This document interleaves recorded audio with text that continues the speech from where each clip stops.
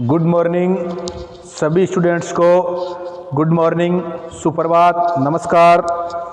हमने हमारी जो बीए फाइनल ईयर की जो क्लास है पॉलिटिकल साइंस की, इसमें हम पाश्चात्य राजनीतिक विचारक वेस्टर्न पॉलिटिकल थिंकर्स का अध्ययन कर रहे हैं। इसमें हमने सबसे पहले प्लेटो का अध्ययन किया। अब हम प्लेटो के शिष्य अरस्तु का दो हमारी कक्षाएं हैं इससे संबंधित है वो आ चुकी है। आज हम अरस्तु का दास प्रथा पर क्या विचार है। जो दास प्रथा है ये कब से शुरुआत हुई थी और दास प्रथा से संबंधित अरस्तु है इसके क्या विचार थे, इसके बारे में पढ़ेंगे। पिछली क्लास में मैं बता चुका हूँ आपको, अरस्तु है इसका जन्म 384 ईस्वी पूर्व में हुआ था। कब हुआ था ये हमारे को ध्यान रखना है क्योंकि बार बार एग्जाम में पूछा गया है, तो ये याद रखो। अरस्तु है इसका जन्म 384 ईस्वी पूर्व में हुआ था मकदूनिया के इस्टिग्रा नामक तट पर, और इसकी मृत्यु है वो कब हुई थी 322 ईस्वी पूर्व में हुई थी। तो ये ध्यान रखना है कि हमारे को कि जो इसका समय है वो क्या था। और एक अरस्तु है, अरस्तु की जो शैक्षणिक संस्था या अरस्तु का जो विद्यालय था उसका नाम क्या था, तो लिसियम। प्लेटो की क्या नाम था, एकेडमी। बार बार ये छोटे वाले क्वेश्चन कंपटीशन एग्जाम में पूछते रहते हैं, तो ध्यान रखना है। आज हम अरस्तु पढ़ेंगे और अरस्तु का दास प्रथा पर क्या विचार है इसके बारे में पढ़ेंगे। इसकी प्रमुख जो बुक है वो थी पॉलिटिक्स। कौन सी थी, अरस्तु की जो प्रमुख बुक है वो थी पॉलिटिक्स, राजनीति।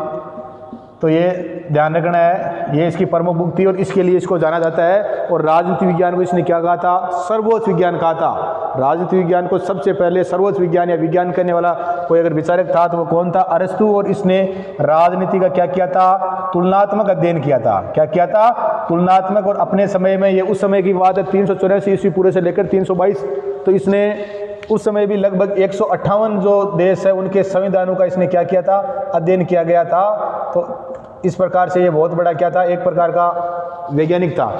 तो हम आज अरस्तु है इसकी दास प्रथा है इसके बारे में पढ़ेंगे। अरस्तु है इसकी दास प्रथा पर क्या विचार था, तो सबसे पहले अरस्तु है इसने दास प्रथा का क्या किया, समर्थन किया। अरस्तु ने दास प्रथा का क्या किया, समर्थन किया। और अरस्तु ने दास प्रथा को क्या माना, प्राकृतिक क्वेश्चन आया हुआ है एक छोटा वाला एक बार नेट JRF के एग्जाम में कि अरस्तु है उसने दास प्रथा को मानना है तो क्या मानना है, प्राकृतिक मानना है। इस बात का ध्यान रखना। इन्होंने हमने जब पढ़ा था कि परिवार पति है जो परिवार का मुख्य होता है उसमें क्या होता है, विवेक होता है, और दास है वो क्या होते हैं, विवेकहीन होते हैं। तो अरस्तु ने दास प्रथा का समर्थन किया। अरस्तु ने विवेक शून्य लोगों को दासों की श्रेणी में रखा। अरस्तु ने विवेक शून्य, जिन लोगों में विवेक नहीं है, विवेक रहित है, उन लोगों को क्या माना कि उन लोगों को दासों की श्रेणी में रखना चाहिए। अरस्तु ने जो बताई थी, हमने परिवार पढ़ा था तो उसमें बताया था कि परिवार में ये सदस्य होते हैं। परिवार में कौन, पति है वो परिवार का मुख्य होगा, पत्नी होगी, उसके बाद में उसके बच्चे होंगे, और उसके बाद में दास। इन चार कैटेगरी को ये क्या मानता है, परिवार का सदस्य मानता है। और इसलिए दास वो व्यक्ति होने चाहिए या दास वो होते हैं जिनमें विवेक नाम का जो आत्मा है या उसमें विवेक नहीं होता है, विवेक शून्य होते हैं, ये विवेक रहित होते हैं या विवेकहीन होते हैं। तो दास उन लोगों को बनाना चाहिए जिनमें क्या नहीं होता है, विवेक नहीं होता है। अरस्तु ने विवेक शून्य लोगों को दासों की श्रेणी में रखा। शारीरिक रूप से इन्होंने कहा कि ये जो दास होते हैं ये शारीरिक दास है। अरस्तु ने कहा कि दास है वो क्या होते हैं, शारीरिक रूप से बलिष्ठ होते हैं। दास होते हैं ये शारीरिक रूप से बलिष्ठ होते हैं, हालांकि विवेक शून्य होते हैं पर शारीरिक रूप से ये क्या होते हैं, बलिष्ठ होते हैं, मजबूत कद काठी के होते हैं ये, पर वो दास होते हैं क्योंकि इनमें क्या नहीं होता है, विवेक नहीं होता है। ये अपने आप कोई क्या नहीं लेते हैं, डिसीजन नहीं ले पाते हैं, इसलिए ये क्या होते हैं, दास होते हैं। इस बात का ध्यान रखना है। तो अरस्तु ने दास प्रथा का समर्थन किया था। इन्होंने कहा कि दास है जो बलिष्ठ होते हैं, मजबूत होते हैं, परंतु इनमें विवेक है वो विवेक गुण है वो नहीं पाया जाता। दास मनुष्य की जीवित संपत्ति है। दास, अरस्तु ने दास को क्या माना है कि दास और मनुष्य की क्या है, जीवित संपत्ति है। किस विचारक ने दास को अपनी या मनुष्य की जीवित संपत्ति माना है, तो कौन सा है, अरस्तु है। अरस्तु कहता है कि दास मनुष्य की क्या है, जीवित संपत्ति है। और ये दास जो होते हैं ये परिवार का भाग ही होते हैं। ये तो हमने पढ़ा ही था कि अरस्तु के परिवार में परिवार का मुखिया मतलब पति, मुखिया की पत्नी, बच्चे और दास, ये क्या मानता है, इनको परिवार का सदस्य मानता है। तो अरस्तु है, इसने दास प्रथा पर इसने समर्थन किया। दास प्रथा को इसने प्राकृतिक बताया कि प्राकृतिक रूप से ही ये लोग ऐसे होते हैं। दासों के बारे में कहा कि वो लोग दास होंगे जो क्या होंगे, विवेक शून्य होंगे, जिनमें विवेक नाम का गुण नहीं पाया जाता है, जो अपने आप से कोई डिसीजन नहीं ले पाते हैं। उन्होंने कहा कि दास वो क्या है, व्यक्ति की संपत्ति है, जीवित संपत्ति है दास है। और दास को उसने क्या माना, परिवार का सदस्य माना। और उसने कहा कि दास और शारीरिक रूप से बलिष्ठ होते हैं, मजबूत कदकाठी के होते हैं, परंतु इसमें डिसीजन लेने की निर्णय क्षमता नहीं होती है। अब दास प्रथा के समर्थन में अरस्तु ने क्या तर्क दिए हैं, तो अरस्तु ये प्रकृति का नियम है कि श्रेष्ठ अधीनों पर शासन करे। अरस्तु ने कहा कि ये प्रकृति का या प्राकृतिक नियम है कि जो श्रेष्ठ होगा वो अधीनस्थों मतलब अपने जो नीचे होंगे उन पर क्या करेगा, शासन करेगा।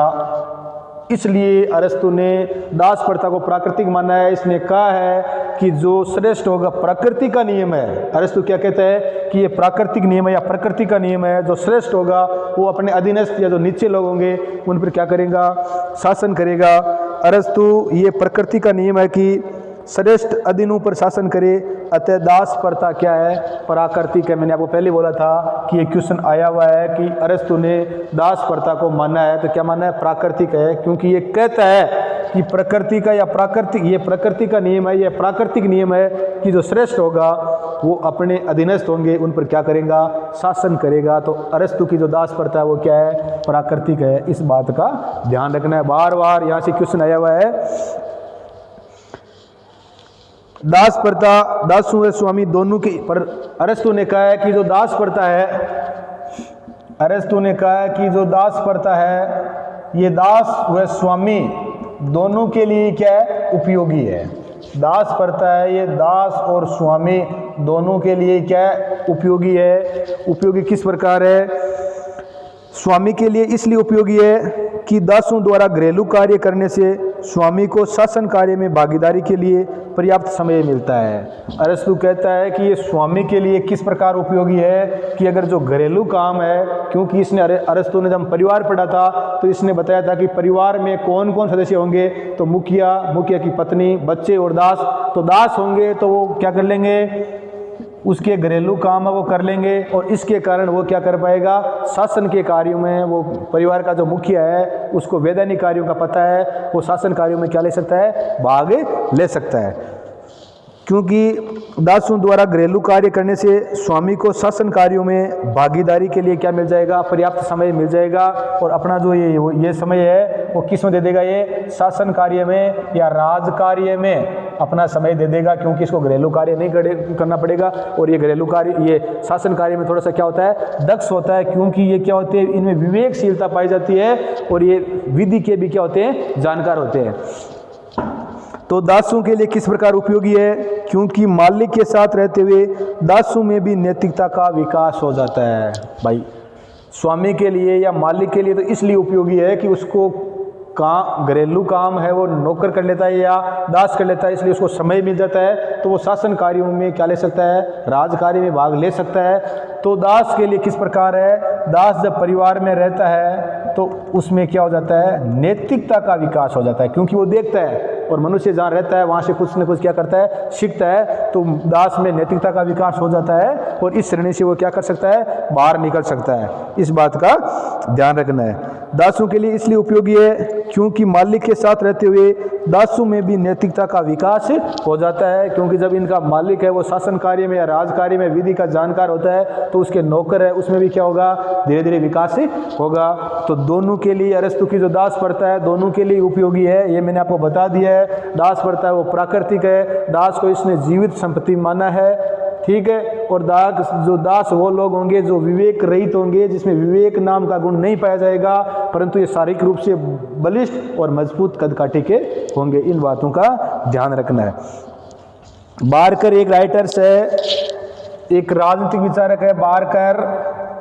इस बारकर ने क्या कहा है, देखो बारकर ने कहा है अरस्तु की दास प्रथा में मानवीयता का तत्व मौजूद है।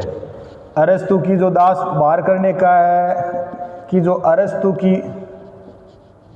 की दास प्रथा है बार करने का है कि जो अरस्तु की दास प्रथा है उसमें मानवीयता का तत्व मौजूद है। मानवीयता का तत्व क्या है? मौजूद है। ऐसा एक बार एक क्वेश्चन आया हुआ है कि किसने कहा है कि अरस्तु की दास प्रथा में मानवीयता का तत्व मौजूद है? तो किसने कहा है? बारकर ने। 2 नंबर वाला जो क्वेश्चन आता है वो आया हुआ है और कंपटीशन एग्जाम में भी ये पूछा गया है कि किस विचारक का ऐसा विचार है अरस्तु से संबंधित कि अरस्तु की दास प्रथा है इसमें मानवीयता का तत्व मौजूद है? तो किसने कहा है? बारकर ने कहा है। इस बात का ध्यान रखना है। अब आधुनिक दास प्रथा व अरस्तु की दास प्रथा में क्या अंतर है? आधुनिक दास प्रथा वर्तमान समय की जो अभी तो काफ़ी देशों में ख़त्म कर दिया गया दास प्रथा को, नहीं है, संवैधानिक अधिकार दे दिया गया है। क्यों? विभिन्न देशों में आज संविधान के अनुसार शासन होता है, परंतु अपना देश जब आज़ाद नहीं था, हमारे ऊपर दूसरे देशों के लोग अंग्रेज शासन करते थे, तो ठीक। तो आधुनिक दास प्रथा और जो प्राचीन जो दास प्रथा है या अरस्तु की आधुनिक दास प्रथा और जो अरस्तु की दास प्रथा है इसमें क्या है वो अंतर है? आधुनिक दास प्रथा है वो 18वीं 19वीं शताब्दी में, आधुनिक जो दास प्रथा है वो 18वीं 19वीं शताब्दी में कहाँ प्रचलित थी? अफ्रीका महाद्वीप में थी। भारत में इसका थोड़ा छोटा रूप ही था, ठीक है, इतना नहीं था, पर ये अफ्रीका महाद्वीप में बहुत ज़्यादा फैली हुई थी। तो आधुनिक दास प्रथा 18वीं और 19वीं शताब्दी में अफ्रीका में प्रचलित थी, जिसमें दासों के साथ में अमानवीय व बर्बर, यहाँ पर दासों के साथ में अमानवीय व बर्बर व्यवहार किया जाता था। उनको अपना नौकर समझा जाता था, गुलाम समझा जाता था और उनके साथ में हम जो मानव के साथ व्यवहार नहीं कर सकते ऐसा व्यवहार किया जाता था। दासों को खुलेआम खरीदा जाता था, बोली लगती थी उनकी बाजार में तो खुलेआम उनको पैसे देकर क्या कर सकते थे? खरीद सकते थे। और उन्हें जंजीरों में उन्हें बांध कर रखा जाता था, क्योंकि वो क्या है भाई, खरीदते थे तो एक वस्तु की भांति है वो। उस समय जो अफ्रीका में दास प्रथा जो 18वीं और 19वीं शताब्दी में प्रचलित थी उसमें क्या थी? ये बहुत अमानवीय और बर्बर थी और इसमें दास को खरीदा जाता था, जंजीरों में बांध कर रखा जाता था, उनके साथ में बहुत ही निम्न स्तर का व्यवहार वो किया जाता था। इस बात का ध्यान रखना है। परंतु अरस्तु की जो दास प्रथा है आधुनिक दास प्रथा से भिन्न है। किस प्रकार से भिन्न है? अरस्तु ने युद्ध बंदियों को दासों के अगर किसी के युद्ध हो गया और युद्ध में अगर किसी की विजय हो गई और अगर बंदी बना लिया गया तो युद्ध बंदियों को दास की श्रेणी में नहीं रखा। अरस्तु ने कहा कि अगर किसी राजा ने युद्ध जीता है और अगर वहाँ के सैनिकों को युद्ध में बंदी बना लिया गया विजय होने के बाद में, तो उन लोगों को कभी दास नहीं बनाया जाएगा, क्योंकि कोई ज़रूरी नहीं है हमने जो युद्ध बंदियों को दास बनाया उनमें विवेक। अरस्तु ने क्या कहा कि दास विवेकहीन या विवेक शून्य होगा, तो कोई ज़रूरी नहीं है, उन लोगों में विवेक नहीं है, इसलिए युद्ध में बंदी बनाए हुए लोगों को कभी भी क्या नहीं बनाया जाएगा? दास नहीं बनाया जाएगा। अरस्तु के अनुसार दास का बेटा दास होगा, अरस्तु के अनुसार दास का बेटा दास होगा, ये क्या नहीं है? सही नहीं है। अरस्तु के अनुसार दास का बेटा दास होगा, ये आवश्यक नहीं। अरस्तु कहता है कि दास का बेटा दास होगा, क्योंकि इन्होंने कहा है कि दास है वो क्या होगा? विवेकहीन होगा, उसमें विवेक नहीं होगा। कोई ज़रूरी नहीं है दास के बेटा ही विवेकहीन हो, इसलिए कोई ज़रूरी नहीं है कि दास का बेटा ही दास हो, या ये आवश्यक नहीं है। कैसा किसने कहा है? अरस्तु ने कहा है। अरस्तु दासों को उत्पादन कार्य में नहीं लगाया जाएगा। अरस्तु कहता है कि दासों को, जबकि यहाँ पर जो थे वो किस कार्य में लगाते थे? उनसे उत्पादन कार्य या कृषि कार्य है वो करवाए जाते थे, जबकि यहाँ पर जो दास है उनसे उत्पादन कार्य में उनको नहीं लगाया जाएगा। अरस्तु की जो दास प्रथा है उसमें दासों को उत्पादन जो कार्य है उसमें नहीं लगाया जाएगा, उनसे सिर्फ और सिर्फ क्या किया जाएगा? घरेलू कार्य करवाए जाएंगे। अरस्तु की जो दास प्रथा है उसमें दासों से सिर्फ और सिर्फ क्या करवाए जाएंगे? घरेलू कार्य करवाए जाएंगे, उनसे उत्पादन कार्य नहीं करवाए जाएंगे। जबकि यहाँ पर जो आधुनिक दास प्रथा थी उसमें तो उनको ये उत्पादन कार्य के लिए क्या किया जाता था? खरीदा जाता था। अरस्तु यदि दास में विवेक का विकास हो जाएगा तो उसे मुक्त कर दिया जाएगा। अरस्तु कहता है कि अगर दास में, भाई दास कौन होगा? दास वो व्यक्ति होगा जिसमें क्या है? विवेक नहीं है, अगर उस व्यक्ति में विवेक हो गया, विवेक का गुण अगर पाया जाता है, अगर विवेक का विकास हो गया तो उस व्यक्ति को क्या कर दिया जाएगा, दास मुक्त कर दिया जाएगा। इसलिए तो ये कहता है कि विवेक शून्य व्यक्ति दास होगा।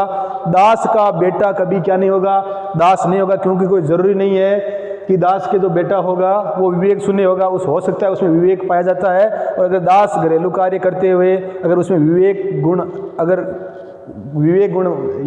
गुण का विकास हो गया तो उसको दास से क्या कर दिया जाएगा, मुक्त कर दिया जाएगा। यदि दास में विवेक का विकास हो जाएगा तो उसे मुक्त कर दिया जाएगा। ये कोई जरूरी नहीं है कोई व्यक्ति है वो आजीवन ही दास बना रहेगा। अरस्तु ने दास प्रथा का समर्थन किया है, परंतु इन्होंने कहा कि कोई जरूरी नहीं है जो एक दास है वो आजीवन ही जीवन भरी क्या बना रहेगा, दास बना रहेगा। क्योंकि जो ही दास उसी व्यक्ति को माना है जिसमें विवेक शून्य, विवेक का गुण नहीं पाया जाता है। अगर किसी दास में विवेक गुण का विकास हो जाता है तो उसे क्या कर दिया जाएगा, दास प्रथा से मुक्त कर दिया जाएगा। अरस्तु ने कहा है कि दास के साथ मानवीय व अरस्तु ने कहा है कि दास के साथ में क्या होगा, मानवीय व मित्रतापूर्ण व्यवहार किया जाएगा। दास के साथ में क्या किया जाएगा, मानवीय व मित्रतापूर्ण व्यवहार किया जाएगा। जबकि हमने यहाँ पर आधुनिक जो दास प्रथा पढ़ी थी उसमें क्या पढ़ा था कि दासों के साथ में या गुलामों के साथ में अमानवीय व बर्बर व्यवहार, जो व्यवहार हम मानव के साथ नहीं कर सकते या शोभा नहीं देता, वो व्यवहार उनके साथ में किया जाता था। उनकी खुलेआम बाजार में बोली लगती थी और उनको खुलेआम खरीदा जाता था और उनको जंजीरों से बांध कर रखा जाता था। जबकि अरस्तु है, इसने कहा कि दास है उसके साथ में मानवीय और मित्रतापूर्ण व्यवहार किया जाएगा। क्योंकि अरस्तु दास को क्या मानता है, परिवार का सदस्य मानता है। अरस्तु कहता है कि दास है वो क्या है, परिवार का सदस्य है, क्योंकि वो क्या करता है, हमारे परिवार का सदस्य है और हमारे मालिक के या मुखिया के घरेलू कार्यों में क्या करता है, सहयोग करता है। तो ये ध्यान रखना है। अरस्तु ने दास मालिक के शरीर के ही विस्तृत रूप है। अरस्तु कहता है दास है, अरस्तु यहाँ पर कहता है कि जो दास है ये मालिक के शरीर का ही क्या है, मतलब दास को अरस्तु ने अपने मालिक के या स्वामी के शरीर का ही क्या माना है, विस्तृत रूप माना है, इसलिए वो विस्तृत रूप है। उसने तो यहाँ तक कहा है कि, और ये भी कहा है कि यूनानी लोग, अरस्तु ने ये भी कहा है कि यूनानी जो लोग है, यूनान जो देश के लोग हैं या राज्य के जो लोग हैं वो कभी क्या नहीं होंगे, दास नहीं होंगे। क्या नहीं होंगे, दास। क्योंकि अरस्तु मानता है कि यूनान के लोग हैं वो क्या है, श्रेष्ठ है। यूनान के लोगों में क्या है, विवेक पाया जाता है, वो विवेक से निर्णय लेते हैं, इसलिए यूनान के लोग कभी क्या नहीं होंगे, दास नहीं होंगे। तो ये इन्होंने मानवीयता के साथ में या मानव के साथ में क्या किया, यहाँ पे भेदभाव किया है, क्योंकि एक देश विशेष को बोला है, तो ये बात क्या है, गलत है। तो अरस्तु ने कहा है कि यूनानी लोग हैं वो कभी दासों की श्रेणी में नहीं रखे जाएंगे, बल्कि बर्बर प्रजातियां हैं। बाकी यहाँ पर ये कहता है क्योंकि इन्होंने यूनान के लोगों को क्या माना है, श्रेष्ठ माना है। बाकी जो बर्बर है, असभ्य है, उन लोगों को क्या किया जाएगा, दास है वो रखा जाएगा। तो हमने आज की हमारी जो ये क्लास है इसमें अरस्तु की दास प्रथा है, इससे संबंधित जो विचार है उन विचारों को जाना, और आधुनिक जो दास प्रथा थी उन दोनों में किस प्रकार से समानताएं हैं और किस प्रकार से असमानताएं हैं, इसके बारे में हमने अध्ययन किया। आगे की क्लास में हम जो अरस्तु के दूसरे विचारों के बारे में अध्ययन करेंगे। अपने इस वीडियो को लाइक, शेयर व सब्सक्राइब करते रहो ताकि आपको नए वीडियो उनकी अपडेट मिलती रहे। जय हिंद, जय भारत।